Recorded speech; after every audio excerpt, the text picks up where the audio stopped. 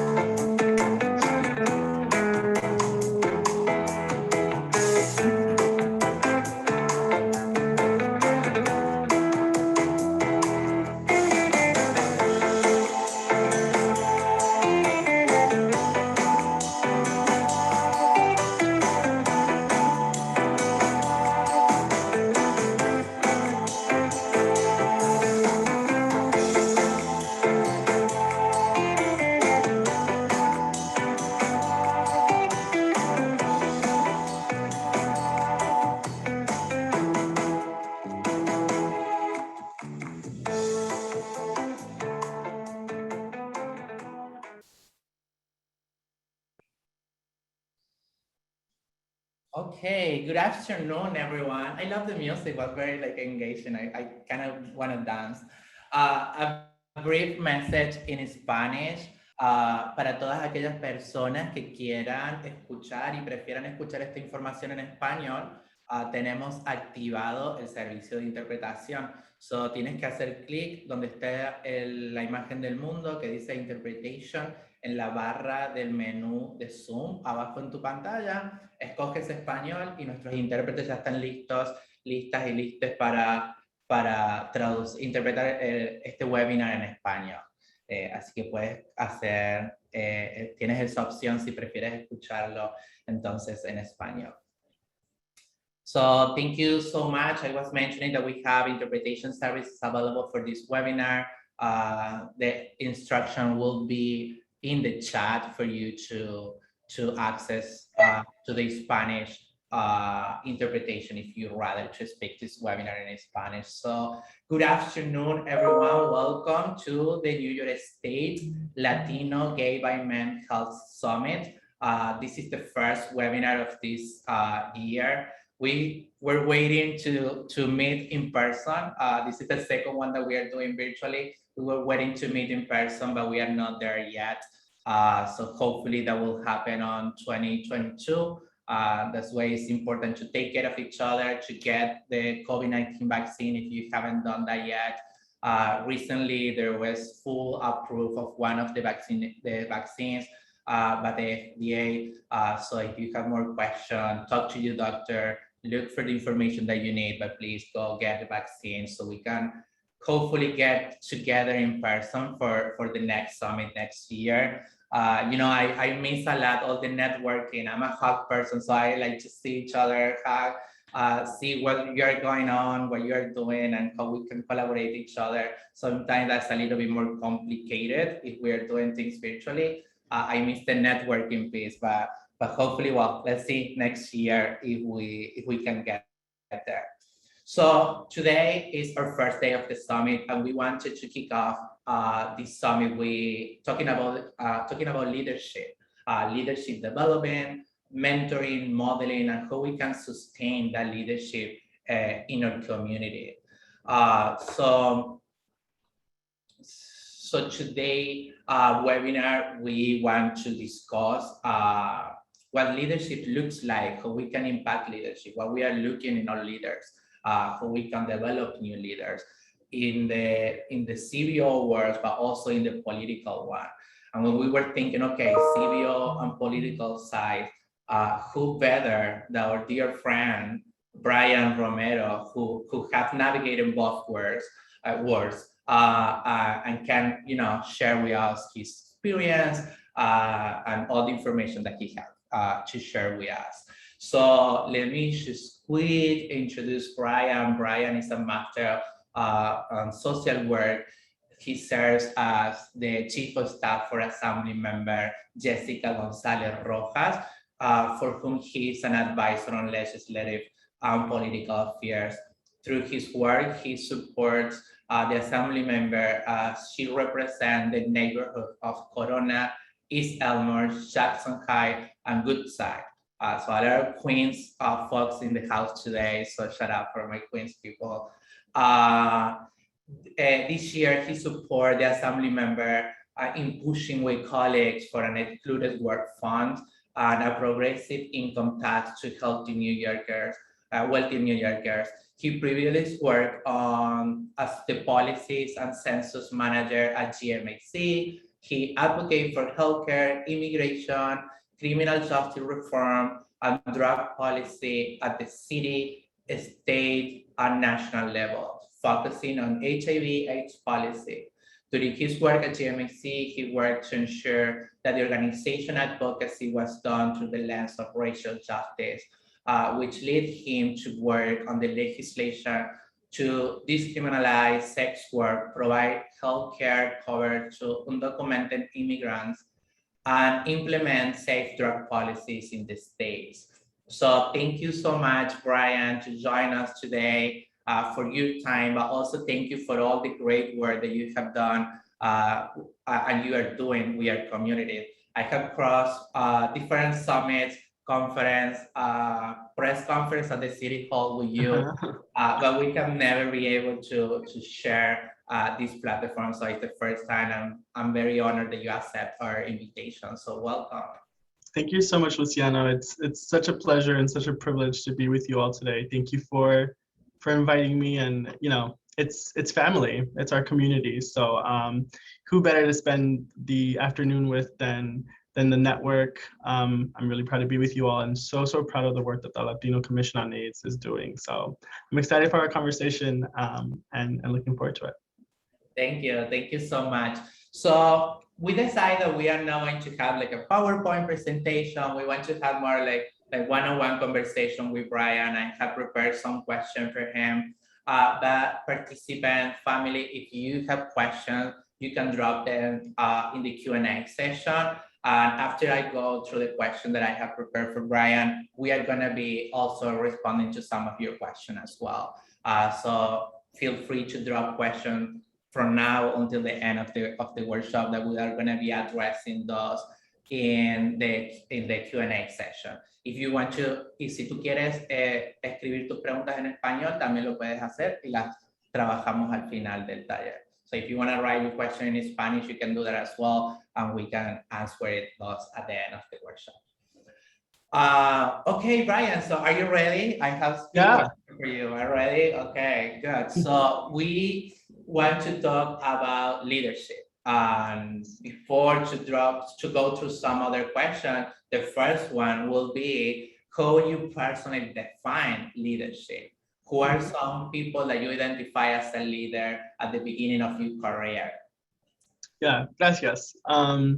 So the way that I define leadership, there's so many different ways to define it. I think it is one of those words that if you ask 3 different people, they'll have 3 different definitions. And I think really, I think there's no one way to define it. I would say that it's acting intentionally to uplift the voices that are most marginalized, most oppressed, and that have historically had little or no voice in our society. And I think that what's more important is the process that someone engages in that determines the kind of leadership that they have, that they put out into the world, and the way that they serve their community. So when I think about leadership, I think about what is the analysis that someone brings to the work that they're doing. So some of the early examples of what I saw as leadership starting my activism was community organizers, right? It wasn't, and a lot of love, by the way, to Guillermo and all the CEOs in the industry, but it wasn't necessarily the CEOs or the presidents or the executive directors or even, the elected officials. My first action ever was a day without immigrants, and I was 15 years old, so 16 years ago. And I was seeing how different community organizers were walking in and out of the crowd at Union Square, making sure that people were okay, making sure that the speakers were taken care of, that they felt supported and lifted, and they had what they needed to be able to talk about their story tell people how they had suffered and what they needed from our federal government, which is real comprehensive immigration reform. So my early experiences of that were the people on the ground, right, who basically set everything up so that community members who are impacted by racism and classism and sexism and homophobia and transphobia and ableism and everything can really tell their stories and move policies and move decision makers to give them what they need, right? Which is just dignity, dignified living, and the resources necessary to do that. So I always think about community organizers as the leaders that I hope I'm following each day, that I hope I'm making proud each day. And so I approach leadership very much from a community organizing perspective, because at the end of it, it's all about relationships, right? And we all do this work because of our relationship with ourselves, right? The relationship to our family members and our friends, the relationships to our communities that we love so much, right? And that we feel devoted to and that we've come from. So one example, because starting off as a social worker in the field, there sadly weren't that many male Latino social workers who were leaders that I could look up to, right? I kept looking for different organizations and they just weren't that many. So there is my mentor until today, Candida Brooks Harrison, is a Black woman who is also a social worker and a therapist. And she invited me simply to just support her in some of her work, and slowly started to invite me to understand race and racism and the way that it works in this country, ethnicity, but also intersectionality and the ways in which I myself have been racialized in the world, how classism and capitalism has impacted me, so that I can start to undo in myself the things that I want to undo in the world, which is all of the systemic oppression that I've committed my career to, hopefully dismantling so that we could share power. So she's always been a great source of help to me. And in times when I am stuck, I'm not sure, I call Candida. We'll have, cafecito or brunch, or sometimes just sit outside of her, her lawn and have a conversation. And I really think that, some of our most intentional, but also kind and compassionate leaders are the people who take the time and prioritize the relationships in their communities and in their organizations or in their coalitions, because they understand that we are all inextricably linked and that without each other, there is no movement. There are no movements. And if we don't prioritize our relationships, then why are we really here? Thank you, Brian. And I'm glad that you have that person that you can call and reach out for support when it's needed. So that's good. And you mentioned acting intentionally, the intention of the act that they do as a leader. And I think that's very important, and also highlighting community organizer that I know by the names that I'm seeing that there are many here joining us today, and definitely there are great leaders in our community which are needed to get to build a better world and develop a better world for our community. You were mentioned like there is no many Latino males are working in the field, especially Latino LGBT Q or Latinx LGBTQ that we can look at for leadership. That's why I think it's very important that we get together and we develop each other in creating that leadership in our community that is very needed. When I was reading the question, I thought about Lorena Borjas and how she was a great leader for her community, and she did a lot. I'm from zero, from scratch. So those are very good examples that we can highlight and put there. And I would like to see that more also with males, Latinos as well. Yeah. So thank you so much for that, Brian. I have another question for you, and is why is it important to develop new leaders? How you how do you identify and recruit new leaders? What we can do, we're mentioned, right? Like there's not too many from our community that can step up. So what we can do and how we develop new leaders. Yeah, absolutely. Well, first of all, today we're starting off with a new governor in the state, which is very exciting. But this is a perfect example of why it's important to create new leadership. Because at the root of community organizing is the desire to distribute power, right? To say that, you know, we don't need to rely on the systems of oppression, of racism and capitalism and ableism, right? We can take from the institutions and give back to the community what they've always had, but been disempowered to utilize, right? So we need new leaders because we don't need people who can be in office necessarily for 12, 15, 20 years. We need new ideas, we need new perspectives, and we need to be challenged, right?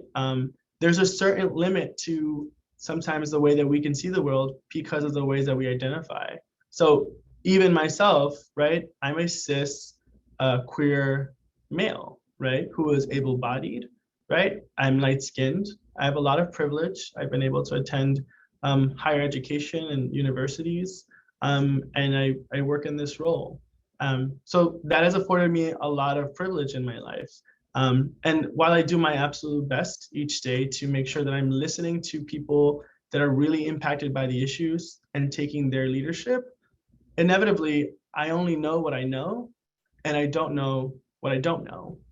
Only people who've experienced those at the margins can really tell the stories that will help me to understand it better, right? So even if in my family we've experienced homelessness and we've experienced a child welfare system that was really terrible and violent, right? Or a criminal justice system that has incarcerated some of my own family, you know, by and large, we had resources that we could use to support ourselves and to sort of bring ourselves up in the class, right? So I'm now considered sort of working class person, middle class, and I can access different systems and institutions in a way that some of my trans Latina sisters, you know, Black and brown folks who are undocumented, people who have different disabilities, they cannot access. So it's important to build that leadership, because if we don't see that leadership reflected in the CBOs, right, in coalitions, as the community organizers, as the chief of staffs, right, as elected officials, we're limiting the way that we have perspective in different leadership circles. And in the end, you know, we don't want just diversity just to check off boxes, right? We want diversity of opinion and perspectives to tell us, you know, yes, you see things this way, and yes, you've experienced the world this way, and that's great, good for you. But that's not the truth, and that's not the reality for so many of our communities. And so the diversity of leadership is crucial if we're going to do better for our community and if we're going to deliver for them, right? There were the excluded workers are a perfect example of this, right? There were many people in the beginning of the pandemic who obviously were impacted, unemployed, right? Lost resources, and that was terrible. Then the federal government supported them by providing different cash assistance, right? Checks were dispersed and they got some sort of economic relief as a result. But because we don't have folks who've had as much the immigration experience as necessary in leadership, that was left for the last moment, right? We weren't thinking and talking about that until later on. And that's why the Excluded Workers Fund was so incredibly important in New York State, because these are our undocumented siblings who have had no relief whatsoever. And yet they're the ones who have delivered food to us. They're the ones who have been cleaning our subways and our buses, you know, the outside world, so that we can walk and talk and do as we need to. They are the people who have literally put their lives on the line to make sure that we can survive. But we did nothing for them in the beginning of this. And I firmly believe that had we had more people who had that experience, who had those stories, they would have said from the beginning, you know, there is no relief if there's not relief for us all, right? There is no liberation if there's no liberation for us all.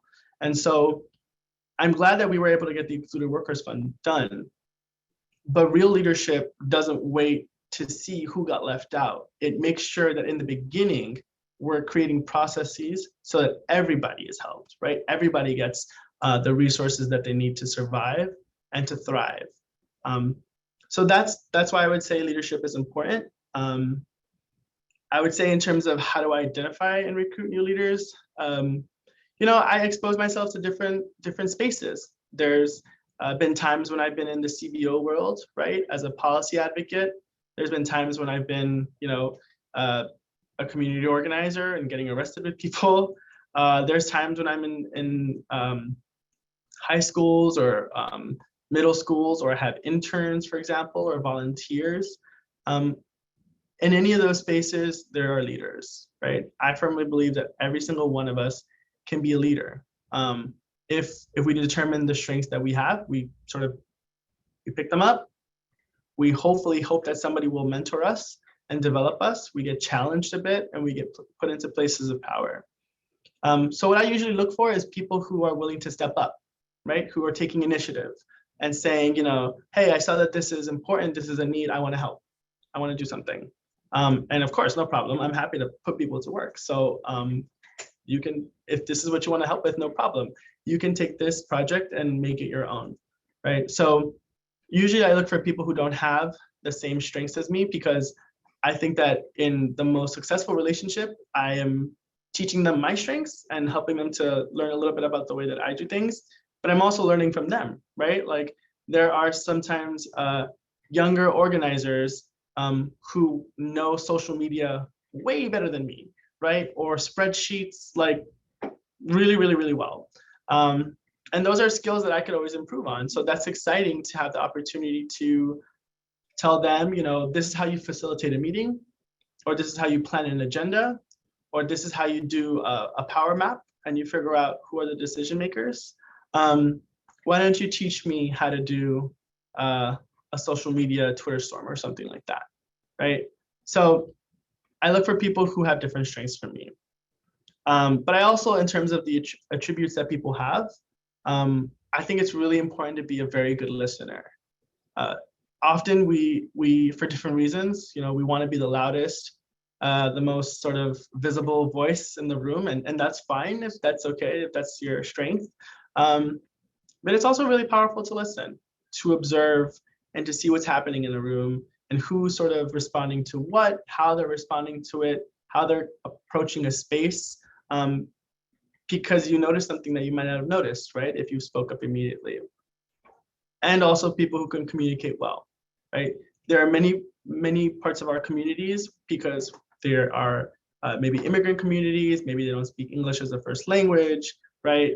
Maybe different ability status or education status, that we want to make sure that they understand exactly what's being communicated in a room, right? So whether it is saying, this policy or this issue or this budget or this whatever would be this to your community, this is why it's important, this is why you should be involved, is really important, right? So I think about, as an example, Elizabeth Warren, when she was running for president, was very good at breaking down very complex ideas and making it so that everybody understood basically what she was saying. I think that's really, really a powerful attribute to have, because you want everybody to understand what's happening, right? It shouldn't just be that if we're talking about the Excluded Workers Fund or taxing the rich or universal health care, right? Or the environment, right? Everyone should be able to understand why that issue is important and why it should matter to them and why they should be involved. So I think that good communicators are always really important. And then people who are empathic, right? We want people who can understand where our communities are coming from, what they're feeling, how they're experiencing it, and not from a place of sympathy or sadness or feeling bad for them, but really trying to understand, right? So there's been moments when I have been challenged, and rightfully so, right, as a leader, and told, you, government, all of you folks in that space can make it much more accessible for people who have disabilities. And that was really important for me to listen to and hear. And so we're having conversations about what that could look like, either in legislation, what that could look like, maybe just in the operations of the office, right? So listening, communicating well, and being somebody who is empathic and can understand what are the issues and why they're important to people, and just feeling it, right? That's really important. To allow yourself to be moved by other people is an important attribute of a leader. Thank you, Brian. And we touched, two big things. You mentioned about our privilege and how we can use our privilege to. I'm connecting with the first question that I asked you. That you mentioned that leadership should be giving voice to those that do not have or are not being seen or heard. So how we can use our privilege to give voice to them. And that's why you were mentioned leadership diversity is very important. There is different areas that we can focus on as a diverse that we are. For example, I always that I'm on a table as a person living with HIV, I'm thinking about my experience and my HIV status and how we can do things different to help people living with HIV. I'm also an immigrant, so I always have that conversation about medical insurance presence, about how we can access better solution for them as well. But if we have a lot of diversity, we can make sure that no one is left behind, and that's a goal in our leadership. So thank you for that. And then you mentioned listening, well communicators and people who can feel empathy. That's what you're looking for, and I think those are very good quality for people that we want to see in leadership. And there is always a balance, right, between those that have the privilege to connect, to communicate, to be inserted in a specific circles, but also people who walk through the process and who have the live experience about the problem that we are trying to solve. I think those combinations are very well as well. So thank you for mentioning that. We have more questions. And this is, what are some of the strategies you have used to mentor and model new leaders as a chief of staff? And what are some of the challenges you have faced as well, right? We identified that a lot of people is looking up to you as a role model. So what you have used to mentor them, and what are some of the challenges that you have faced? Yeah. So in our office, there's about 5 of us staff members. I am the only cis male. So the assembly member identifies as a cis woman, right? And then there's other cis women in our office. I am the only male. And so that requires a lot of intentionality, right? About what it means to supervise women, women of color, because they're all women of color, Latinas, right? South Asian women, and to be very intentional about the way that I am when I'm supervising them and working with them. So when we started as a team, we did a retreat all together, right? To build relationships with each other, to understand how do we work together, what are people's different work styles, like what works for different people. And so what I did in the beginning was, yes, I sort of said, for the purposes of accountability, this person reports to that person, and this person reports to that person, and these folks report to me, right? And I report to the assembly member. But at the very top of the organization chart, I drew constituents, because at the end of the day, we are very accountable to them. They got us into this office. They asked us basically to help them and support them, and we're accountable to them always. But the way that I approach my leadership style with my team is I'm very open and very collaborative. Some offices will say, this person is the communications person, or this person is the legislation person, or this person does constituent services or case management. We have that a little bit in the office, but we also open it up, right? So our team meetings have everything in the agendas. So constituent services, communications, legislation, community affairs, political affairs, scheduling, all of that stuff. Because I want every staff member to see the different parts of the work, to understand how it all works. Because I believe that done the right way, leadership means that if tomorrow I decide that I want to move on for whatever reason, maybe I'm tired, maybe I want to work somewhere else, whatever the case is. I'm not saying that's going to happen right now, but I'm saying just in case.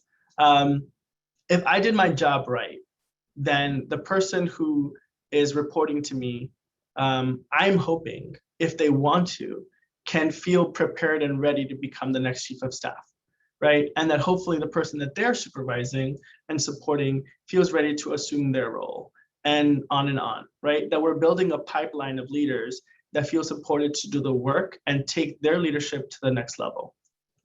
So I expose the team to basically all parts of the work. And if our constituent services person, so like a case manager, were to say, hey, I really care about trans rights, or I really care about women's issues, and I want to do more with that, then I will say, sure, there's a bill maybe that the assembly member has that is about just that issue. We can make this your bill, right? This will be your project. So you are going to have to attend the coalition meetings with me, take notes, and understand what are the issues and how do you support them. And you're sort of the main go-between that coalition and this office. And I trust you. Let me know if you need help, if you need support, if you don't know something, I got you, no problem. We can do it together. But it's a way to expose them to different parts of the work, because we want them to feel challenged, right? We want them to feel like they're building skills and leadership and not just doing the same old thing every day. There was another day when another staff member said, I don't know communications work very well, but I think I kind of like it. I would like to learn how to do that. So I taught them, I had like 30 minutes. I said, let's go over a press release. Let's talk about what a press release is. How do you put it together? What are the different pieces? How do you make it so that it looks good? And like, what are the goals? And some feedback. So they wrote the press release. I gave them some feedback. I put some comments, and they finalized it. It was really good. It was really strong. They're a strong writer. And so I think that part of the strategy is sometimes breaking apart the structures that we've always worked in, right? We don't have to necessarily always work in a hierarchy. We can work in a way that's lateral to each other, supporting one another, so that every person has some sense of leadership in one way or another. And another example of how we did that is we had an intern who was given to us by a school. And by the time she ended her internship, she said, I kind of wish I had more time here. I wanted to build more of my experience with policy and communications. And I had a little bit of money left in my budget for the year until December. And I said, if you are willing to do this, then I would love to invest in you. And I would love to bring you on as a part-time worker, right? It's not a lot of hours. And I wish I could pay you a whole lot more. But if you're willing to do this, you can be a part-time staffer and you can work with our team at least until the end of the year to build your resume more. And we've done that. And she's been really, really great. And she supports me with some communications and legislation work. And that is like super helpful to us because, we need it. And then to the second part of your question, some of the challenges are always going to be resources. I firmly believe that every one of my staff members deserves to be paid way more than they're getting paid. So unfortunately, in the assembly, at least, we don't get as much resources as we should. And I wish that I can pay them more, but we ask for it more and more each year. So that's an ongoing internal advocacy that we need to be doing. And then the other sort of challenge I would say is, I really wish that I could bring all of my staff to Albany during the legislative session so they can get a sense, like a lot of the organizers on the call, about what it's like to go to Albany and meet with legislators and push issues and hear different stories and lived experiences so they can get the kind of experience. Because if not, they're sort of stuck in the district, not stuck, but like limited to the district and don't get to see the other half of the work. So sometimes that's a challenge, but again, we try to get them involved in policy stuff from here in the office. And I think that at the end, if you're invested in people's leadership, you will find a way to build them up, right? Whether it's sending them to a training, whether it's sending them to a conference, right? Whether it's a workshop, whether you do the training yourself, right? And you find an hour in the week and you do a PowerPoint and you train them in something. So I always think that leadership should be challenging itself to find ways to build the people that they say that they're invested in. Thank you, Brian. If you ask Guillermo what supervision means, he always say this: supervision equals support, and that's definitely where you were expressing, right? The importance of support, invest in people that you are supervising. We recently were from our Department of Direct Service and our Center of Oasis, we were doing some restructure and we were looking for opportunities. For example, I got an opportunity to grow with the commission. I become the Director of Community Engagement, but in that restructure, we also had the opportunity to build up other leadership opportunities for the rest of the staff. So as you say, one day may I not be here, but someone else can take the role, I can take the leadership, and we need to prepare them since the beginning. No one will know that someone is leaving. I'm talking about that. It's clear that you have no plans to leave, but it moves me to the next question. There is, in your career, you have probably been able to mentor many people, but knowing that pay and turnover tend to be challenged, both in the nonprofit and in the policy making. How do you ensure continuous success and sustainability for those mentees and staff? We know people change a lot, especially in the nonprofit where those turnover are sometimes challenges. Yeah, it's very, very real, as much in the nonprofit world as it is in government. I tell all my staff that I'm invested in them. And that doesn't just mean that I'm invested in them because I want them to produce certain things and certain outcomes and certain deliverables. I'm invested in them because, they're women of color who come from the communities that I've come from, who are committed to serving and supporting their people, Nuestra gente. And that means that being invested in them is challenging them at times to develop new skills, offering up opportunities for their own leadership, and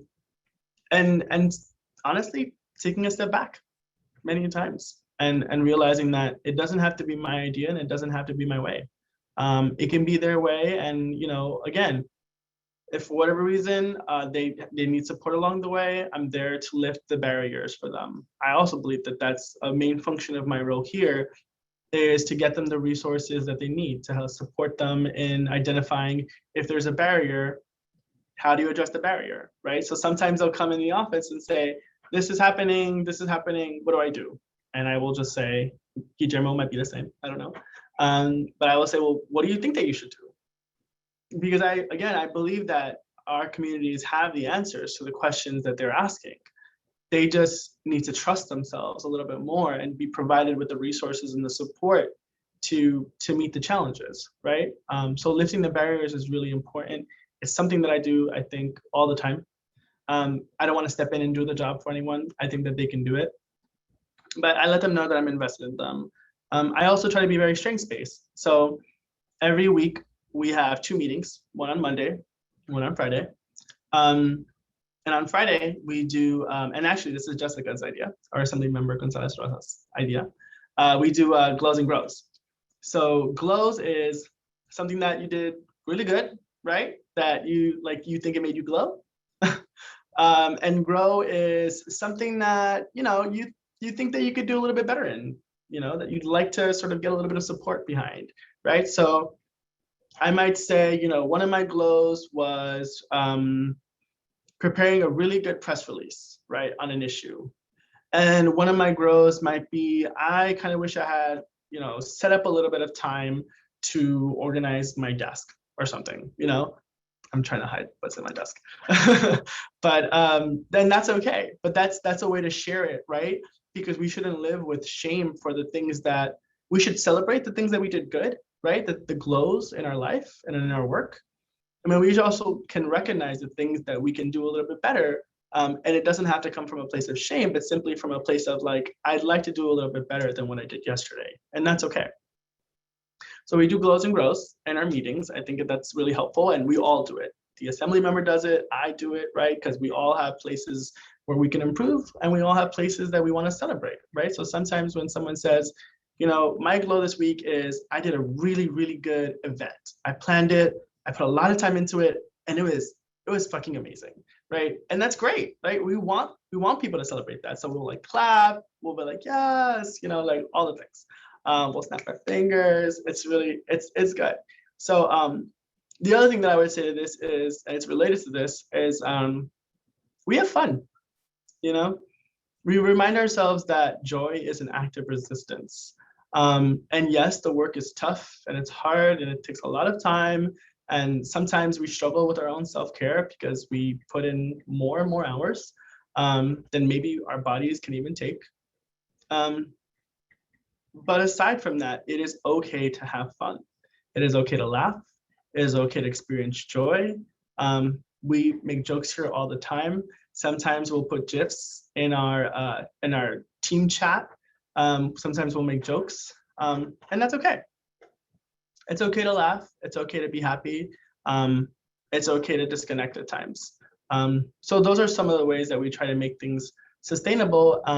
You know, we also have self-care accountability. So in our team meetings, we have outlined what our self-care goals are for ourselves. So for example, for me, it was like, go to your medical appointments, take your vacation, right? And my self-care accountability partner is our district director, Melina. So once a week, she'll, you know, gently say, hey, you know, before I went on vacation, like, Brian, tus vacaciones, Ryan, tus vacaciones, like, hello, come on, girl, like, let's go, get out of here. I'm like, oh, girl, okay, fine, I'll do it. And then finally I did it, and I was like, okay, Ja, like, I did it. So she's like, good, yeah, that's good. And then, you know, on Friday when I was about to leave, I was supposed to leave around 2, and it was like 3 p.m. and like 3:30, and she's like, vete, like, ja, like, go, come back, it'll be fine. So we do that for each other, right? We have different accountability partners. Maybe for someone else, you know, it's they want to go running twice a week. So we'll just ask them, hey, did you get a chance to run this week? And they'll say, yeah, I went, you know, I walked around, ran around Astoria Park, whatever. So self-care, it becomes kind of an accountability, and we try to do it in a way that's light, so that it's not like another chore, but it is work, right? To care for ourselves and to push back on the idea that we are only as good as the things that we produce. That's awesome. So I hope you have a good time on your vacation. And I'm glad to hear that you guys take care of each other, because at the end, I always say the staff, we share a lot of time here in the office together. So I see you more often than I see my family. So you become kind of my family. We share a lot of things together, not just work, but also something personal. And it's good to have someone that, you know, taking care of each other as a family is always nice. And I'm definitely going to steal the glow and grow stuff. I think it's awesome. Sometimes we tend to focus on the things that we need to grow, but we forget to celebrate those achievements, even if it's a small achievement. Sometimes we forget to celebrate that, and I think that's very, very important to be able to recognize both of them, the good things and the one that you need to improve. So I definitely will just steal that. I like that. Brian, moving on with the questions and getting a little bit more political. We all get you in trouble, but as a team staff, you must speak with multiple lawmakers on a regular basis and try to influence them to support the assembly member agenda and policy. What advice do you have for participants wanting to influence influence and push their own agenda, especially concerning HIV advocacy and public health? What you will recommend to them? Yeah. So when I was at GMHC and I did the policy work there, part of what made me, I think, effective is reminding myself that lawmakers or legislators are people, right? We are all people. So we should always be approaching this from an organizing perspective. And again, what I think is fundamental to all organizing is relationships. So we don't want to engage in the kind of work that feels transactional, right? Because again, every one of us, organizers, directly impacted people, CEOs, lawmakers, we're all a lot more than the things that we can produce, right? So I would say building relationships with lawmakers is really important, right? Whether it's going to their events or, if you know that you're going to advocate with them, doing some research and understanding the things that they care about, right? Their districts and where they come from and the experiences that they've had will help you to determine the kind of ways that you advocate with them. So, for example, when we started, some of my first advice to Jessica was take the time to meet with all of your colleagues. And it's hard because in the state assembly, there's 107 Democrats, right? There's a lot of them, right? So she said, wait, all of them? I said, yeah, all of them. And she said, okay, sure, yeah. And she had no problem with that. And at this point, she's met with 80 of them. In the last 8 months, she's met with 10 each month. And it's just, like she'll, grab a coffee. Maybe she'll go to a restaurant, or maybe she'll get brunch, or maybe they'll do Zoom, right? Whatever sort of works for them. And it doesn't have anything to do with a particular goal in mind or a piece of legislation or a budget, but it really is just trying to understand them for who they are. And she came to understand different things about them, things that she related to them on, and things that she never would have learned if she looked them up and Googled them. They were just not in their bios, right? Like one example is one white woman who's a legislator who worked as a women's rights advocate, but it's not really in her bio. And she was an executive director of a nonprofit, and so was Jessica. So they really connected over that and doing that work before they started here. That's not something I ever could have looked up for her because I wasn't finding that anywhere, but they related over that. It's a little harder sometimes when it's organizers and lawmakers, but I do firmly believe that it doesn't hurt for us to just simply tell people who we are and ask them, how did they get into the work? What inspired them, right? Like, why this work? What did they do before this, right? Just getting an understanding of who the people are. There's a state senator I remember before I started in this role who, I was with the coalition, the Repeal Walking While Trans Coalition, and they wanted to get him on the bill. They wanted to get him on the bill. They wanted to get him on the bill. So I saw him at 2 different events where I spoke to him about different things, how's this, how's that, how's the family, how's all these things, etc. And the third time I saw him, I did talk to him about the bill, and I said, hey, there's this bill, it's really, really important, and for this reasons. And he said, oh, you're part of the coalition. And I said, yeah. He said, yes, I've been asked a lot about the bill, and I'm getting pushed a lot about it, which is fair, right? Because that's what's important to trans folks. We had to push the legislation. But at the same time, he appreciated that I wasn't using every opportunity to push him on it.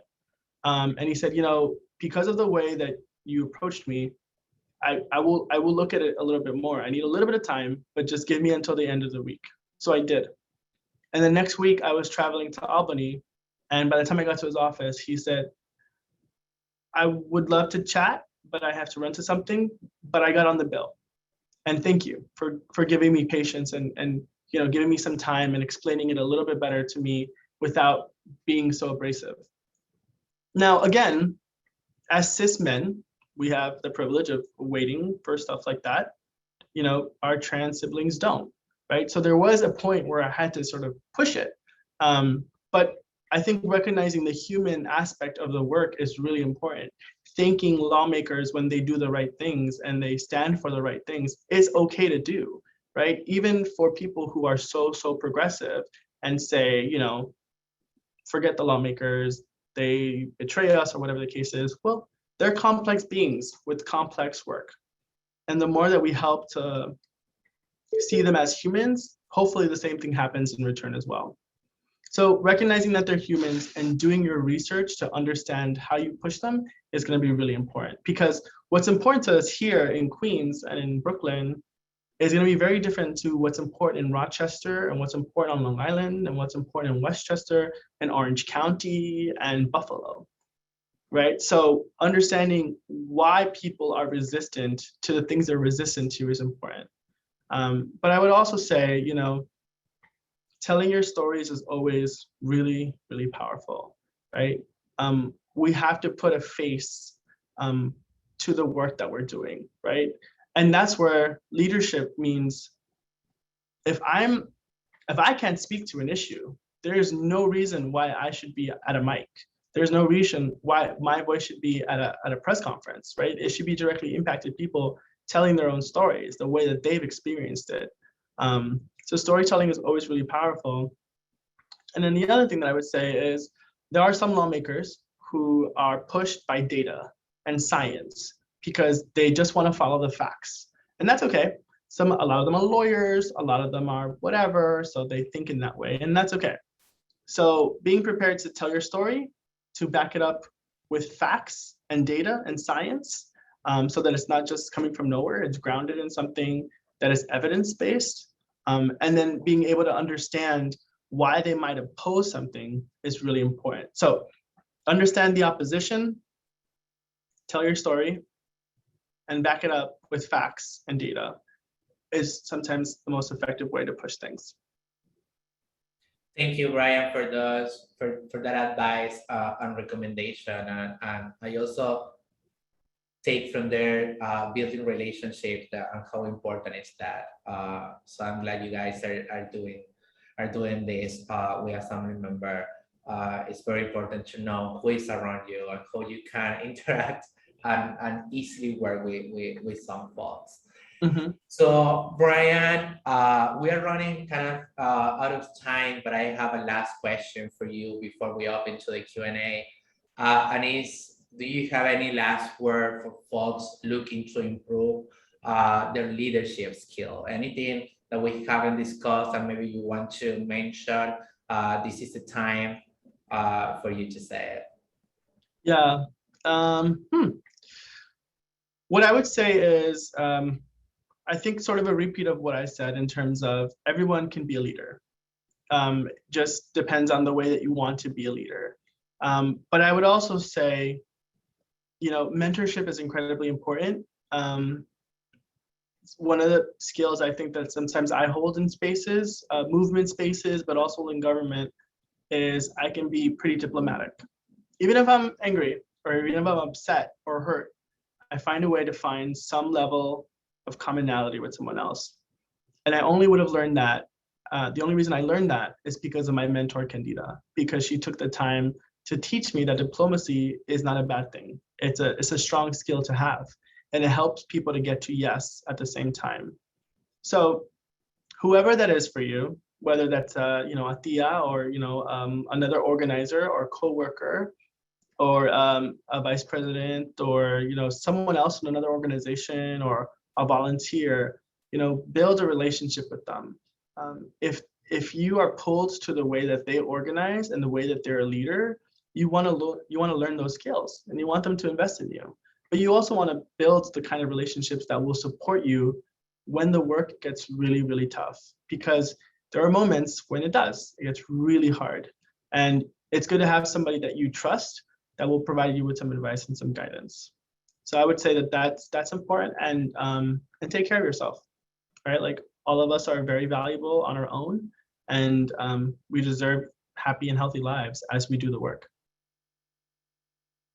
Thank you so much for this word. Never is too late to get mentorship, right? Like to get mentored for something. So sometimes we focus like more on young people, but it's, you know, leader can step up at any age and in any topic. So there's never late to get to mentor other folks, but also to receive mentorship as well. So thank you so much for your time. We invite participants to, if they have any question, to drop it in the Q&A button that you will find on the bottom of your screen.